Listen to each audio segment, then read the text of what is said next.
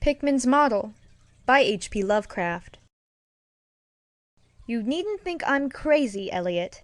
Plenty of others have queerer prejudices than this. Why don't you laugh at Oliver's grandfather, who won't ride in a motor? If I don't like that damn subway, it's my own business, and we got here more quickly anyhow in the taxi. We'd have had to walk up the hill from Park Street if we'd taken the car. I know I'm more nervous than I was when you saw me last year, but you don't need to hold a clinic over it. There's plenty of reason, God knows, and I fancy I'm lucky to be sane at all. Why the third degree? You didn't used to be so inquisitive. Well, if you must hear it, I don't know why you shouldn't. Maybe you ought to, anyhow, for you kept writing me like a grieved parent when you heard I'd begun to cut the art club and keep away from Pickman. Now that he's disappeared, I go round to the club once in a while, but my nerves aren't what they were. No, I don't know what's become of Pickman, and I don't like to guess. You might have surmised I had some inside information when I dropped him, and that's why I don't want to think where he's gone. Let the police find what they can. It won't be much, judging from the fact that they don't know yet of the old North End place he hired under the name of Peters. I'm not sure that I could find it again myself. Not that I'd ever try, even in broad daylight. Yes, I do know, or am afraid I know, why he maintained it. I'm coming to that. And I think you'll understand before I'm through why I don't tell the police. They would ask me to guide them, but I couldn't go back there even if I knew the way. There was something there, and now I can't use the subway or, and you may as well have your laugh at this too, go down into cellars anymore. I should think you'd have known I didn't drop Pickman for the same silly reasons that fussy old women like Dr. Reed or Joe Minot or Rosworth did. Morbid art doesn't shock me, and when a man has the genius Pickman had, I feel it an honor to know him, no matter what direction his work takes. Boston never had a greater painter than Richard Upton Pickman. I said it at first, and I say it still, and I never swerved an inch, either, when he showed that ghoul feeding. That, you remember, was when Minot cut him. You know, it takes profound art and profound insight into nature to turn out stuff like Pickman's. Any magazine cover hack can splash paint around wildly and call it a nightmare or a witch's sabbath or a portrait of the devil. But only a great painter can make such a thing really scare or ring true. That's because only a real artist knows the actual anatomy of the terrible or the physiology of the fear. The exact sort of lines and proportions that connect up with latent instincts or hereditary memories of fright, and the proper color contrasts and lighting effects to stir the dormant sense of strangeness. I don't have to tell you why a Fuseli really brings a shiver, while a cheap ghost story frontispiece merely makes us laugh.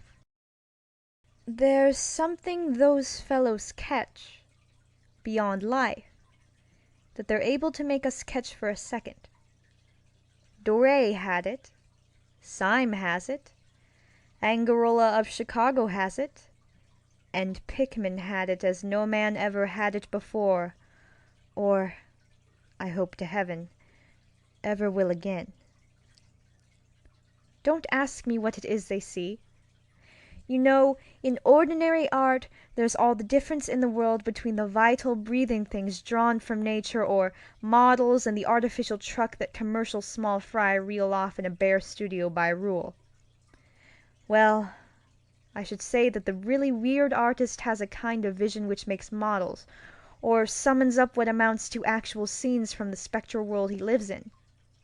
Anyhow, he manages to turn out results that differ from the pretender's mince-pie dreams, in just about the same way that the life painter's results differ from the concoctions of a correspondence school cartoonist.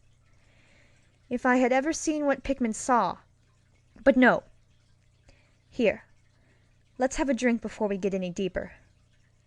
God, I wouldn't be alive if I'd ever seen what that man, if he was a man, saw. You recall that Pickman's forte was faces. I don't believe anybody since Goya could put so much of sheer hell into a set of features or a twist of expression. And before Goya, you have to go back to the medieval chaps who did the gargoyles and chimeras on Notre Dame and Mont Saint-Michel. They believed all sorts of things. And maybe they saw all sorts of things too, for the Middle Ages had some curious phases. I remember your asking Pickman yourself once, the year before you went away, wherever in thunder he got such ideas and visions. Wasn't that a nasty laugh he gave you? It was partly because of that laugh that Reed dropped him. Reed, you know, had just taken up comparative pathology, and was full of pompous inside stuff about the biological or evolutionary significance of this or that mental or physical symptom. He said Pickman repelled him more and more every day, and almost frightened him towards the last. That the fellow's features and expression were slowly developing in a way he didn't like, in a way that wasn't human. He had a lot of talk about diet, and mid Pickman must be abnormal and eccentric to the last degree. I suppose you told Reed, if you and he had any correspondence over it, that he'd let Pickman's paintings get on his nerves or harrow up his imagination. I know I told him that myself. Then. But keep in mind that I didn't drop Pickman for anything like this. On the contrary, my admiration for him kept growing, for that ghoul feeding was a tremendous achievement. As you know, the club wouldn't exhibit it, and the Museum of Fine Arts wouldn't accept it as a gift, and I can add that nobody would buy it, so Pickman had it right in his house till he went. Now his father has it in Salem. You know Pickman comes out of old Salem stock, and had a witch ancestor hanged in 1692. I got into the habit of calling on Pickman quite often, especially after I began making notes for a monograph on weird art. Probably it was his work which put the idea into my head, and anyhow, I found him a mine of data and suggestions when I came to develop it. He showed me all the paintings and drawings he had about, including some pen and ink sketches that would, I verily believe, have got him kicked out of the club if many of the members had seen them. Before long I was pretty nearly a devotee, and would listen for hours like a schoolboy to art theories and philosophic speculations wild enough to qualify him for the Danvers Asylum.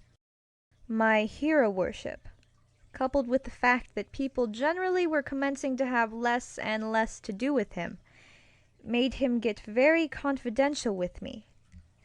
And one evening he hinted that if I were fairly close-mouthed and none too squeamish, he might show me something rather unusual, something a bit stronger than anything he had in the house. You know, he said, there are things that won't do for Newbury Street, things that are out of place here and that can't be conceived here anyhow. It's my business to catch the overtones of the soul, and you won't find those in a parvenu set of artificial streets on made land. Back Bay isn't Boston. It isn't anything yet, because it's had no time to pick up memories and attract local spirits. If there are any ghosts here, they're the tame ghosts of a salt marsh and a shallow cove. And I want human ghosts. The ghosts of beings highly organized enough to have looked on hell and known the meaning of what they saw. The place for an artist to live is the North End. If any aesthete were sincere, he'd put up with the slums for the sake of the mass traditions. God, man! Don't you realize that places like that weren't merely made, but actually grew? Generation after generation lived and felt and died there, and in days when people weren't afraid to live and feel and die.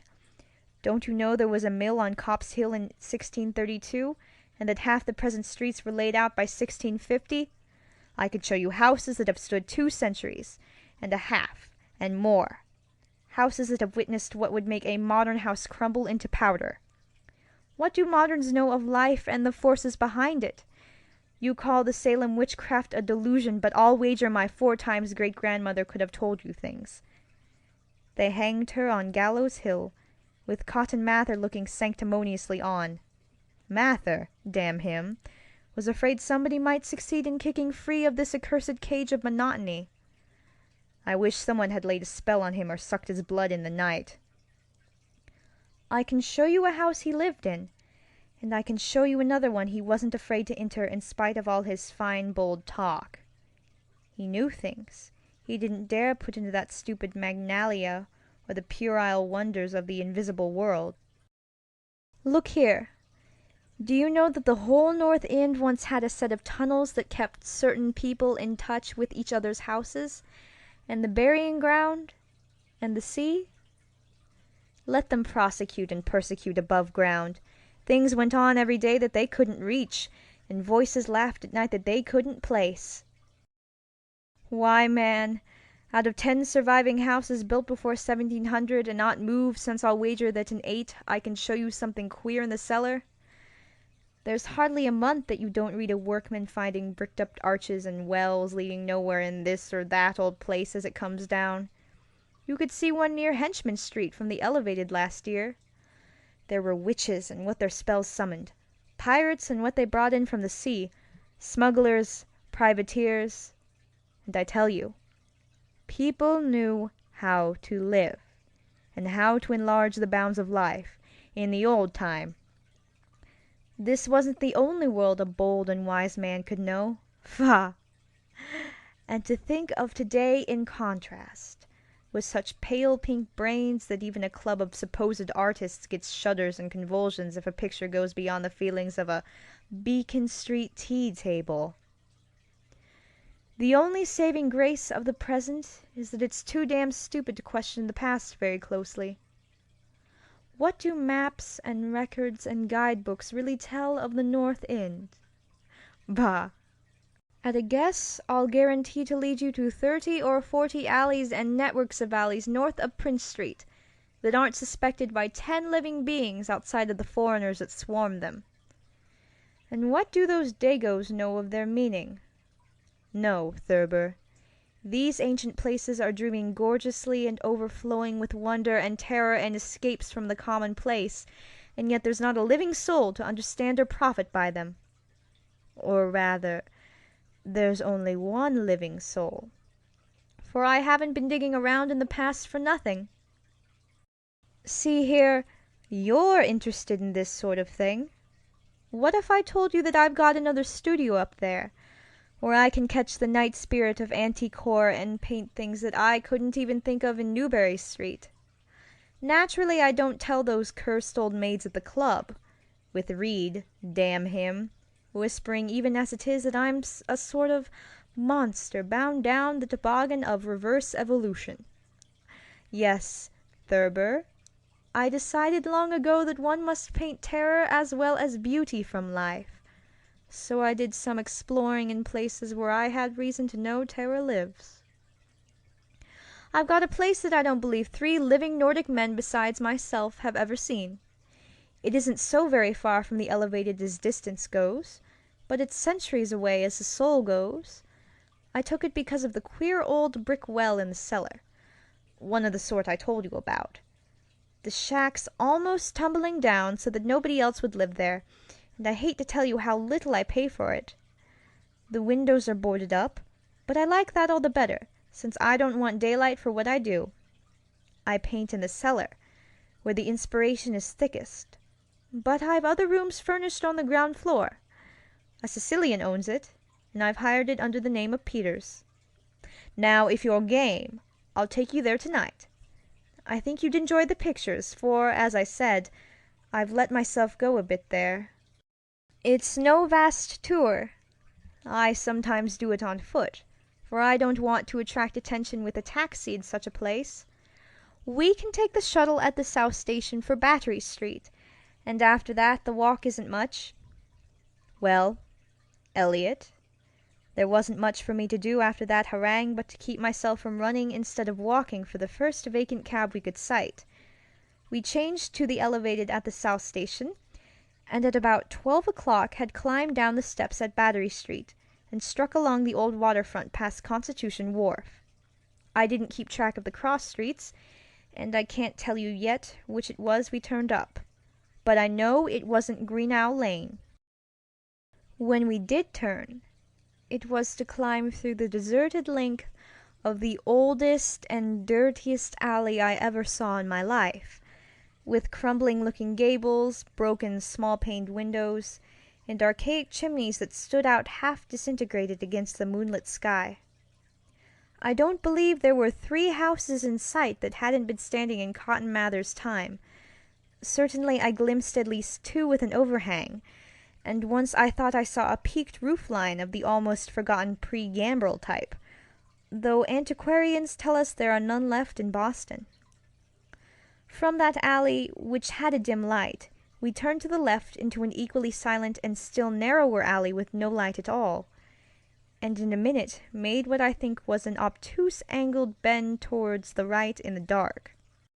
Not long after this, Pickman produced a flashlight and revealed an antediluvian 10-paneled door that looked damnably worm-eaten. Unlocking it, he ushered me into a barren hallway with what was once splendid dark oak paneling, simple, of course, but thrillingly suggestive of the times of Andros and Phipps and the witchcraft. Then he took me through a door on the left, lighted an oil lamp, and told me to make myself at home. Now, Eliot, I'm what the man in the street would call fairly hard-boiled, but I'll confess that what I saw on the walls of that room gave me a bad turn. They were his pictures, you know, the ones he couldn't paint or even show in Newbury Street, and he was right when he said he had let himself go. Here, have another drink. I need one anyhow. There's no use in my trying to tell you what they were like, because the awful, the blasphemous horror and the unbelievable loathsomeness and moral fetor came from simple touches quite beyond the power of words to classify. There was none of the exotic technique you see in Sidney Syme, none of the trans-Saturnian landscapes and lunar fungi that Clark Ashton Smith uses to freeze the blood. The backgrounds were mostly old churchyards, deep woods, cliffs by the sea, brick tunnels, ancient paneled rooms, or simple vaults of masonry. Copp's Hill burying ground, which could not be many blocks away from this very house, was a favorite scene. The madness and monstrosity lay in the figures in the foreground, for Pickman's morbid art was preeminently one of demoniac portraiture. These figures were seldom completely human, but often approached humanity in varying degree. Most of the bodies, while roughly bipedal, had a forward slumping and a vaguely canine cast. The texture of the majority was a kind of unpleasant rubberiness. Ugh! I can see them now. Their occupations, well, don't ask me to be too precise. They were usually feeding. I won't say on what.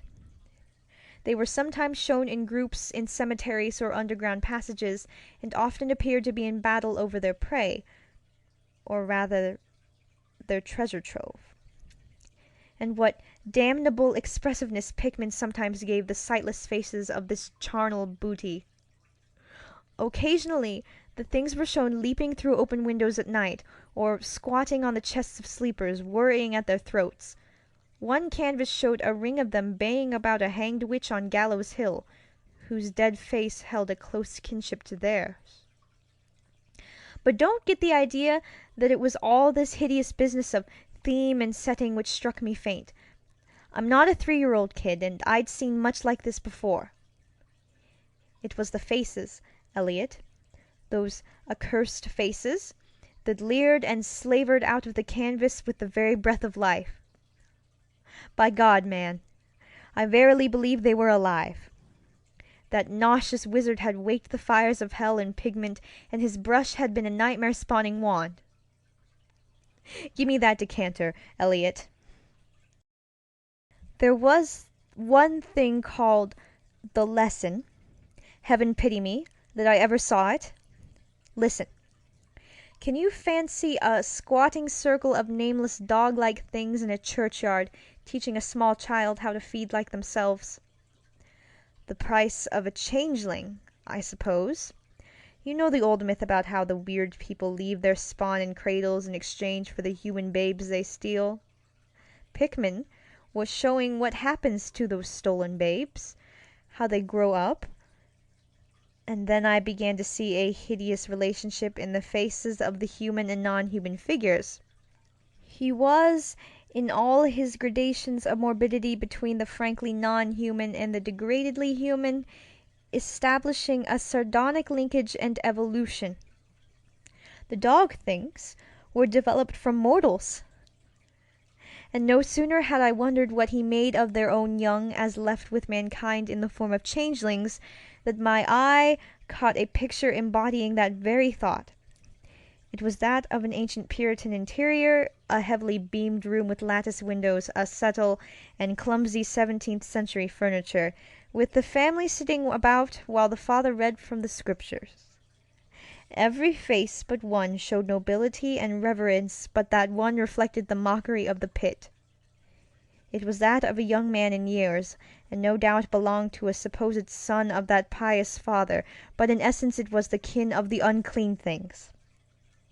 It was their changeling, and in a spirit of supreme irony Pickman had given the features a very perceptible resemblance to his own.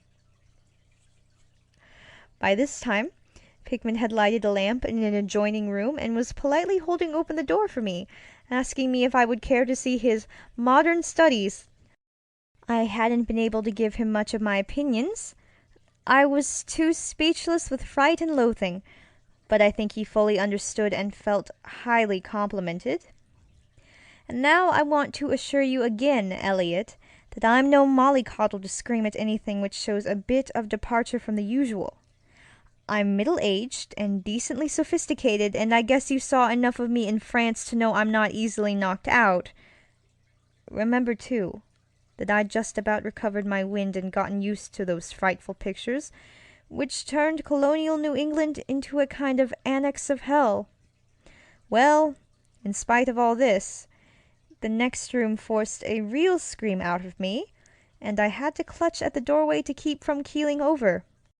The other chamber had shown a pack of ghouls and witches overrunning the world of our forefathers, but this one brought the horror right into our own daily life. God, how that man could paint. There was a study called Subway Accident, in which a flock of the vile things were clambering up from some unknown catacomb through a crack in the floor of the Boston Street subway and attacking a crowd of people on the platform.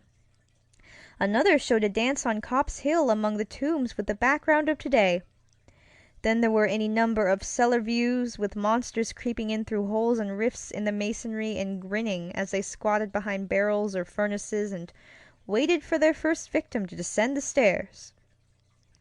One disgusting canvas seemed to depict a vast cross-section of Beacon Hill, with ant-like armies of the mephitic monsters squeezing themselves through burrows that honeycombed the ground.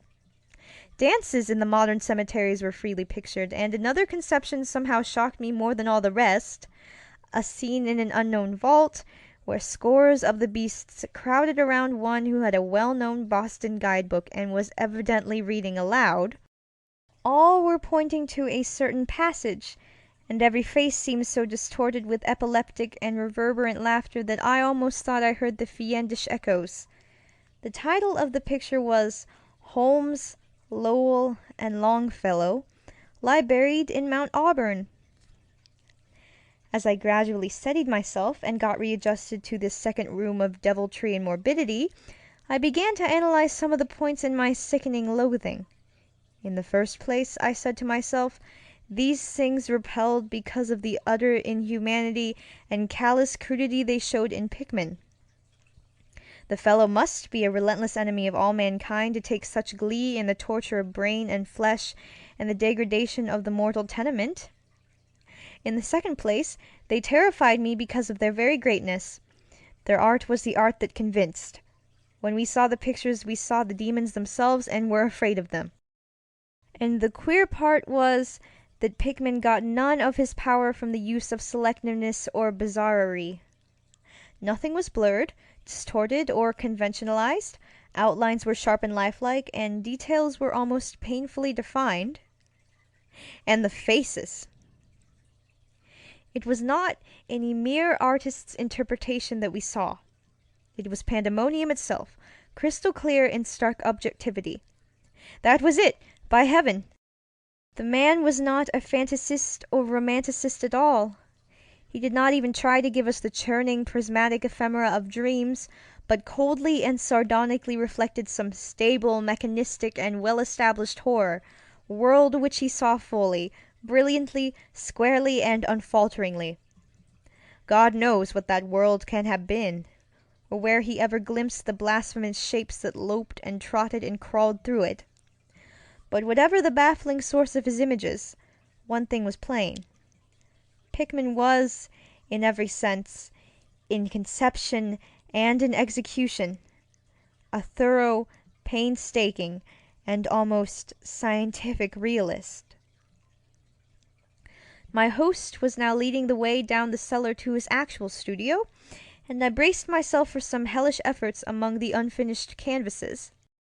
As we reached the bottom of the damp stairs, he fumed his flashlight to a corner of the large open space at hand, revealing the circular brick curb of what was evidently a great well in the earthen floor.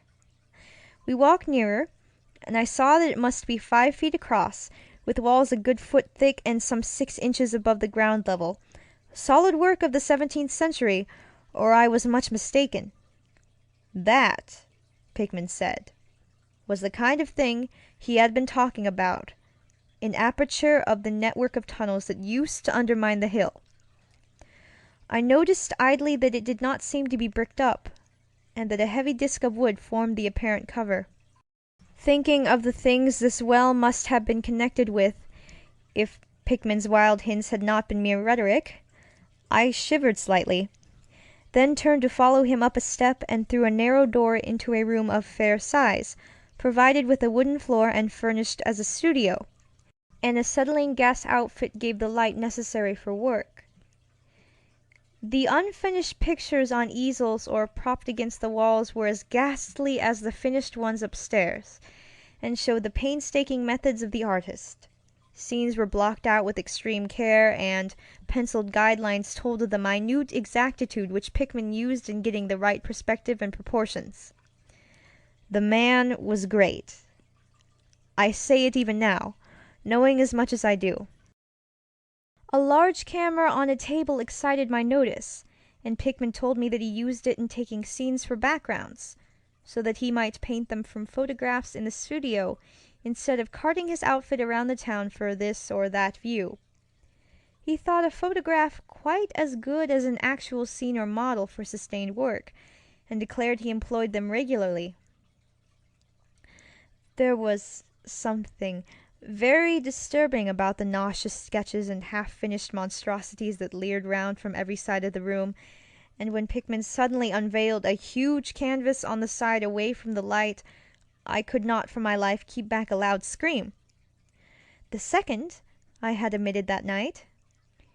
It echoed and echoed through the dim vaultings of that ancient and nitrous cellar, and I had to choke back a flood of reaction that threatened to burst out as hysterical laughter. Merciful Creator! Eliot, but I don't know how much was real and how much was feverish fancy. It doesn't seem to me that Earth can hold a dream like that. It was a colossal and nameless blasphemy with glaring red eyes, and it held in bony claws a thing that had been a man, gnawing at the head as a child nibbles at a stick of candy. Its position was a kind of crouch, and as one looked one felt that at any moment it might drop its present prey and seek a juicier morsel. But damn it all, it wasn't even the fiendish subject that made it such an immortal fountainhead of all panic.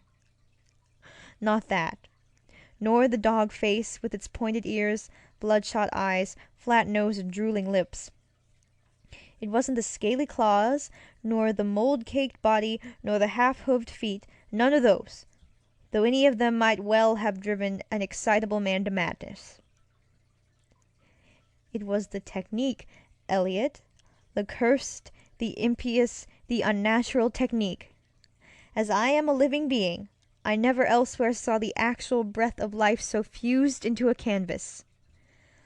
The monster was there. It glared and gnawed and gnawed and glared, and I knew that only a suspension of nature's laws could ever let a man paint a thing like that without a model, without some glimpse of the nether world which no mortal unsold to the fiend has ever had. Pinned with a thumbtack to a vacant part of the canvas was a piece of paper now badly curled up. Probably, I thought, a photograph from which Pickman meant to paint a background as hideous as the nightmare it was to enhance. I reached out to uncurl and look at it, when suddenly I saw Pickman start as if shot. He had been listening with peculiar intensity ever since my shocked scream had waked unaccustomed echoes in the dark cellar, and now he seemed struck with a fright which, though not comparable to my own, had in it more of the physical than of the spiritual. He drew a revolver and motioned me to silence, then stepped out into the main cellar and closed the door behind him. I think I was paralyzed for an instant. Imitating Pickman's listening, I fancied I heard a faint scurrying sound somewhere, and a series of squeals or beats in a direction I couldn't determine. I thought of huge rats and shuddered. Then there came a subdued sort of clatter which somehow set me all in goose flesh. A furtive, groping kind of clatter, though I can't attempt to convey what I mean in words. It was like heavy wood falling on stone or brick. Wood on brick. What did that make me think of? It came again, and louder. There was a vibration as if the wood had fallen farther than it had fallen before. After that followed a sharp grating noise, a shouted gibberish from Pickman, and the deafening discharge of all 6 chambers of a revolver, fired spectacularly as a lion-tamer might fire in the air for effect. A muffled squeal or squawk and a thud. Then more wood and brick grating, a pause, and the opening of a door. At which I'll confess I started violently. Pickman reappeared with his smoking weapon, cursing the bloated rats that infested the ancient well. "The deuce knows what they eat, Thurber," he grinned, for those archaic tunnels touched graveyard and witch den and sea-coast. "But whatever it is, they must have run short, for they were devilish anxious to get out. Your yelling stirred them up, I fancy. Better be cautious in these old places. Our rodent friends are the one drawback, though I sometimes think they're a positive asset by way of atmosphere and color." Well, Eliot, that was the end of the night's adventure. Pickman had promised to show me the place, and heaven knows he had done it. He led me out of that tangle of alleys in another direction, it seems, for when we sighted a lamp-post we were in a half-familiar street with monotonous rows of mingled tenement blocks and old houses. Charter Street, it turned out to be, but I was too flustered to notice just where we hit it. We were too late for the elevated, and walked back downtown through Hangover Street. I remember that wall. We switched from Tremont up Beacon, and Pickman left me at the corner of Joy, where I turned off. I never spoke to him again. Why did I drop him? Don't be impatient. Wait till I ring for coffee. We've had enough of the other stuff, but I for one need something. No, it wasn't the paintings I saw in that place, though I'll swear they were enough to get him ostracized in 9/10 of the homes and clubs of Boston, and I guess you won't wonder now why I have to steer clear of subways and cellars. It was something I found in my coat the next morning. You know, the curled-up paper tacked to the frightful canvas in the cellar, the thing I thought was a photograph of some scene he meant to use as a background for that monster. That last scare had come while I was reaching to uncurl it, and it seems I had vacantly crumpled it into my pocket. But here's the coffee. Take it black, Elliot, if you're wise. Yes, that paper was the reason I dropped Pickman. Richard Upton Pickman, the greatest artist I have ever known, and the foulest being that ever leaped the bounds of life into the pits of myth and madness. Elliot, old Reed was right. He wasn't strictly human. Either he was born in strange shadow, or he'd found a way to unlock the forbidden gate. It's all the same now, for he's gone, back into the fabulous darkness he loved to haunt. Here, let's have the chandelier going. Don't ask me to explain or even conjecture about what I burned. Don't ask me either what lay behind that mole-like scrambling Pickman was so keen to pass off as rats. There are secrets, you know, which might have come down from old Salem times, and Cotton Mather tells even stranger things. You know how damned lifelike Pickman's paintings were? How we all wondered where he got those faces? Well, that paper wasn't a photograph of any background after all. What it showed was simply the monstrous being he was painting on that awful canvas. It was the model he was using, and its background was merely the wall of the cellar studio in minute detail. But by God, Elliot, it was a photograph from life. End of Pickman's model.